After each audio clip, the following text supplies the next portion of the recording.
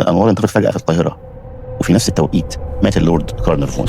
يعني اللورد مات بعد 5 شهور من الكشف عن المقبره.